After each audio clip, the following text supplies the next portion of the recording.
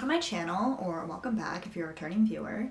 I'm Maisie, and this is Maisie with a Z, and today I'm going to be talking about the 18 books I read in December. This was a very good reading month for me, which is good because I had 3.5 weeks off during it, so it would be not great if it had not been a good reading month, because what would I have been doing with my time? So yeah, I'm going to be going through this, and I'll be talking about the new books I read, and then I'll be talking about my rereads, and then I'll be talking about the graphic novels and manga I read at the end. So yes, to start off, we have Mysteries of Thorn Manor by Margaret Rogerson, and this is a novella that's kind of a sequel to Sorcery of Thorns. It's not really a sequel, it's just kind of like a holiday, fun little short story that takes place afterwards.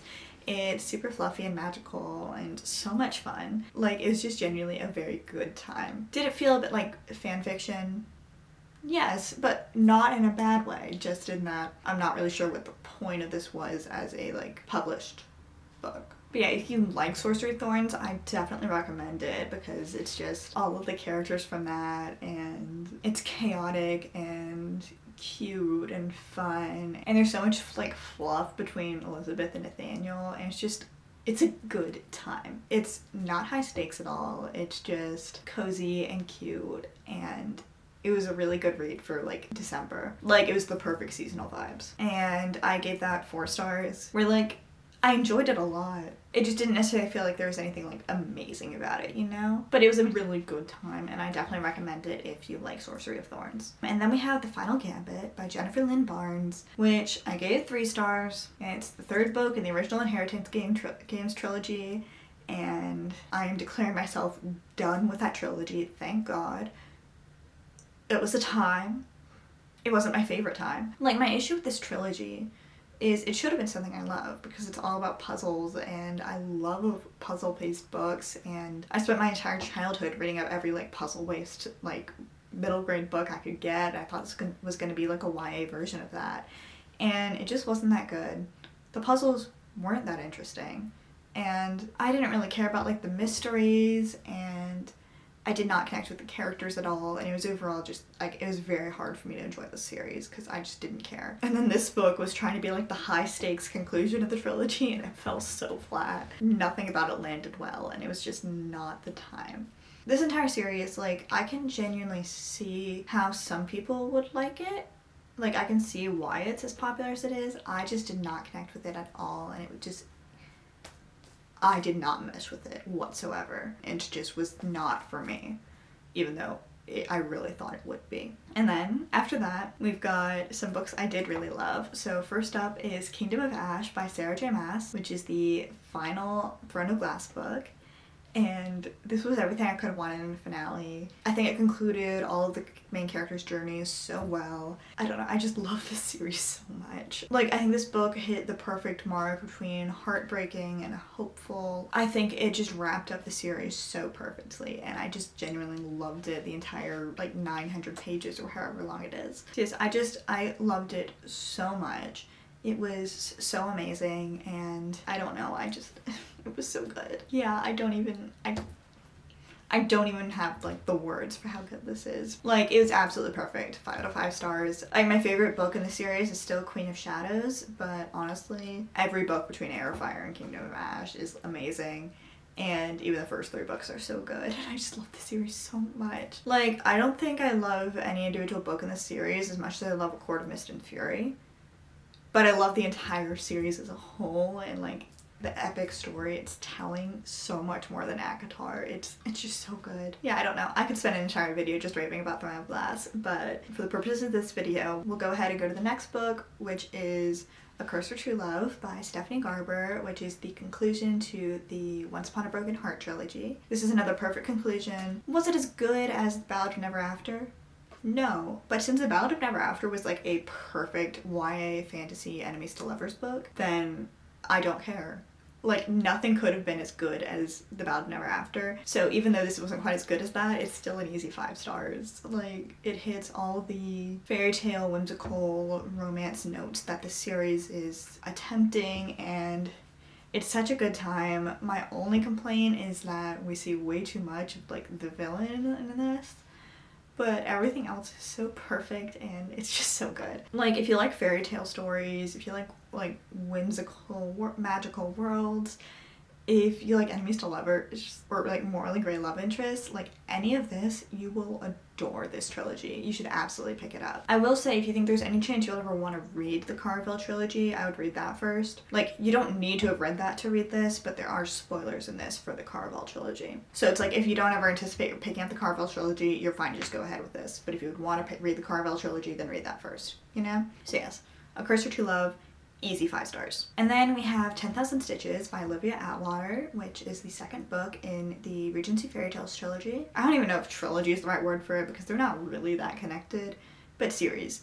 And it's the third book in the Regency Fairy Tales series, and this is following a maid who makes a deal with a fairy that he will help her pose as a lady, but if she does not get like the man she's trying to attract to marry her by the end of like, I think it was like 101 days, then our main character has to work for the fairy as a maid in his kingdom forever. I don't know, it's so fun. Like, the romance is so cute, and the general fairy tale vibes and atmosphere of the series are always so fun, but it's also so good at talking about like our main character being mistreated by her employers. So like, even alongside like the romance plot and stuff, there's also this other plot of all the servants at this mansion deciding they've had enough of being mistreated and kind of banding together, and I don't know, this story is so good.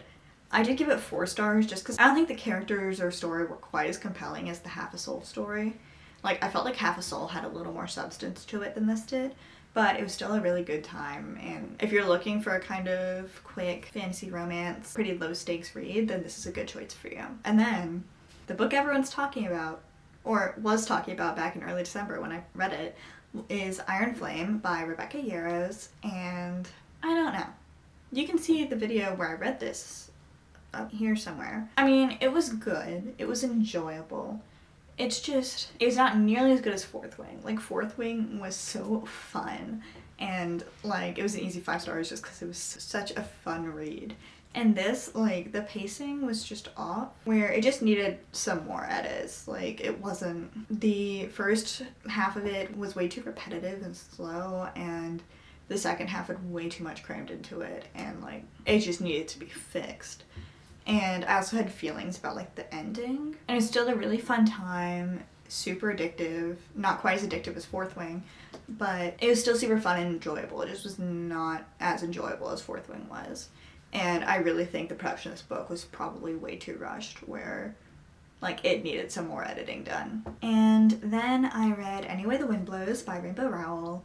And this is the 3rd book in the Simon Snow trilogy, and my relationship with the Simon Snow trilogy is complicated because Carry On was like one of the first queer books I ever read, and it's very important to me for that, and I genuinely love Carry On. I think it's such a good time. My issue is just the sequels did not need to be written. They were such a cash grab, and they're just not good. Like, I think I still gave the 2nd book a good rating back when I read it in like 2018 or 2019 or something, just because of like, I wanted to love it because I loved Carry On so much, but like Anyway the Wind Blows was just painful. I don't know.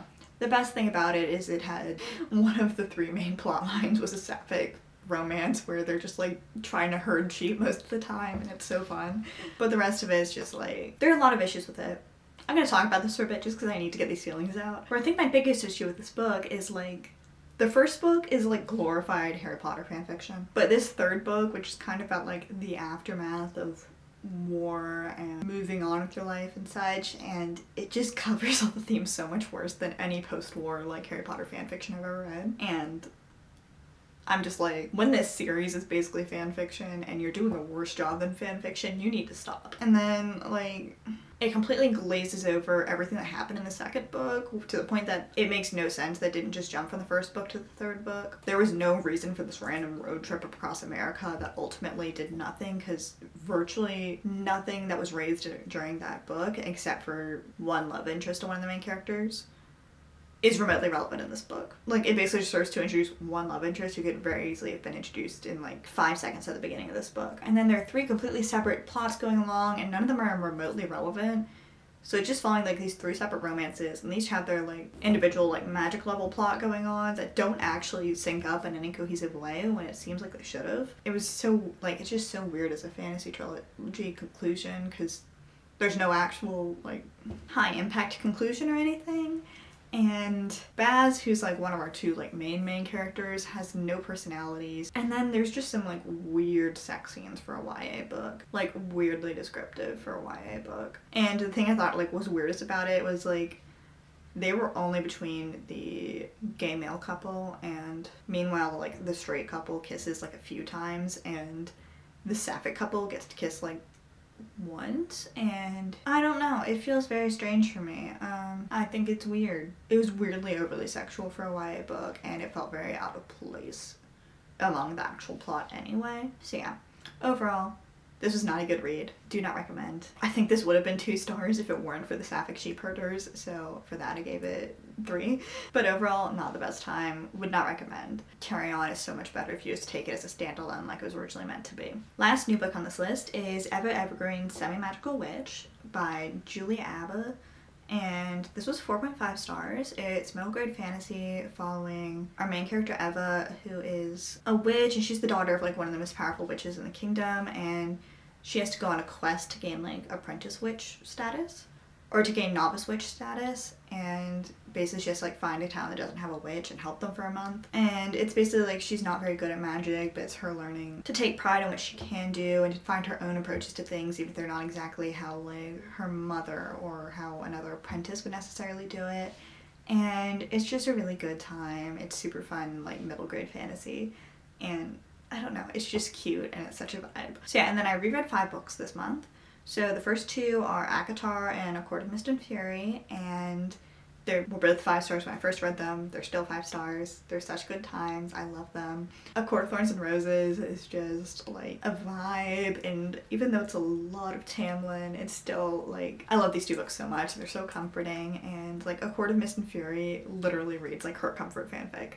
Like, it's a good time. I just genuinely love these books so much. That's really all I can say. And then I also finished rereading To All the Boys I've Loved Before, which I was listening to on audiobook throughout the fall. Again, always a good time. I reread it like 5 or 6 times, and it's always great. It's genuinely my favorite YA contemporary book of all time. Like, I unironically adore this trilogy. Again, 5 stars. The other 2 rereads were 2 books I reread every Christmas, which are 10 Blind Dates by Ashley Elston and Green Glass House by Kate Milford. One of these is YA contemporary romance that should not be taken remotely seriously, and the other is middle grade mystery. They're both set around Christmas, and they're so cozy, and I reread them every year over winter break, and they always just make me so happy, and I love them. After that are the 5 graphic novels and manga I read this month. The first is Paper Girls Volume 6. So I read the first 5 volumes of Paper Girls in 2019 or 2020, I think. And it's clearly just, I was looking at my series tracker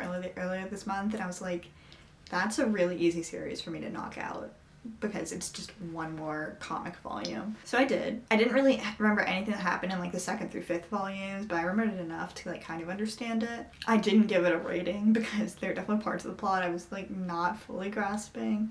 But, like, this is a fun series. It's sci-fi time travel following these 5 paper girls in, like, 1988 who are on their paper route the morning after Halloween, and they get taken by, like, these time-traveling alien things.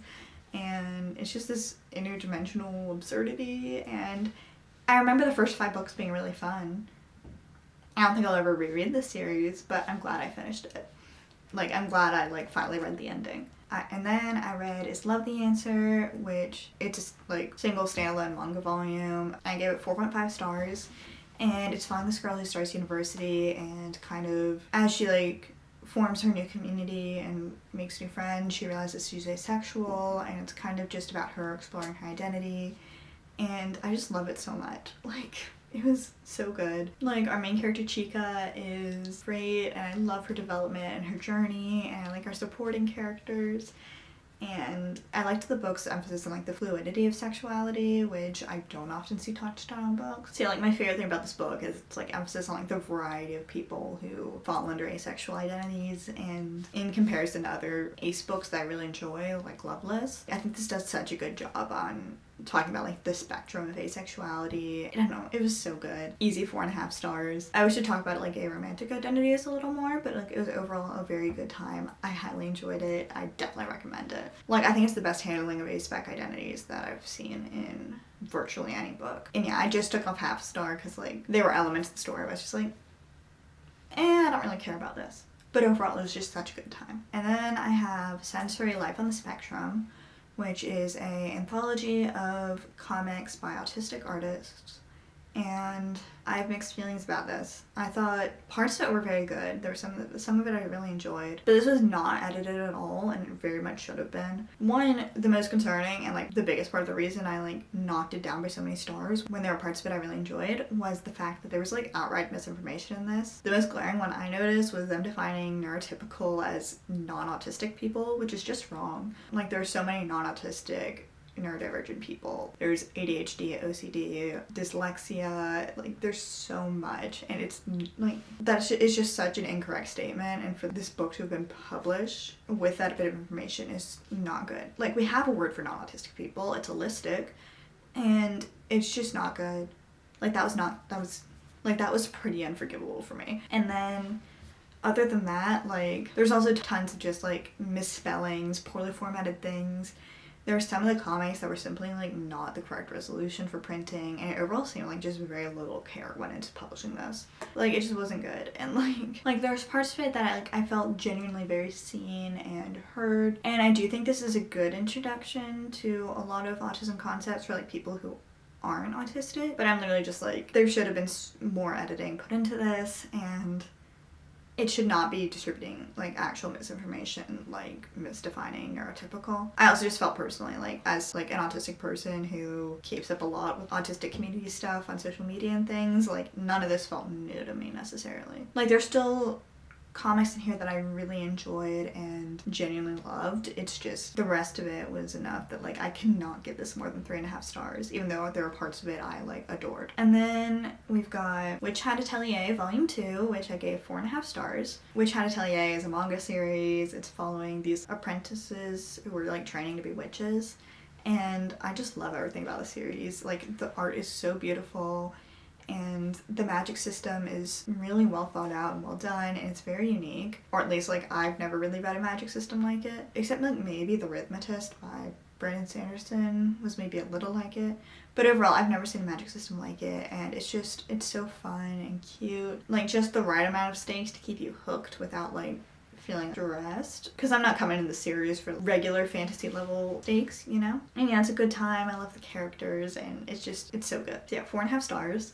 And then the last book is Spy Family Volume 4, which I gave 5 stars. I've watched the anime, so there's nothing like new in this volume for me, but it's just such a good time, and I love the series so much. Yeah, I just love it. I don't even have the words for how much I love Spy Family, but I adore it so much. And yeah, anyway, those are the 18 books I read in December. So yeah, thanks so much for sticking around to the end. I really appreciate it. Please like, comment, subscribe if you want to see more videos from me. I really appreciate it. You can find me on my blog, Goodreads, Instagram, and Storygraph at the links in my channel. And yeah, thanks so much for sticking around to the end, and I'll see you later.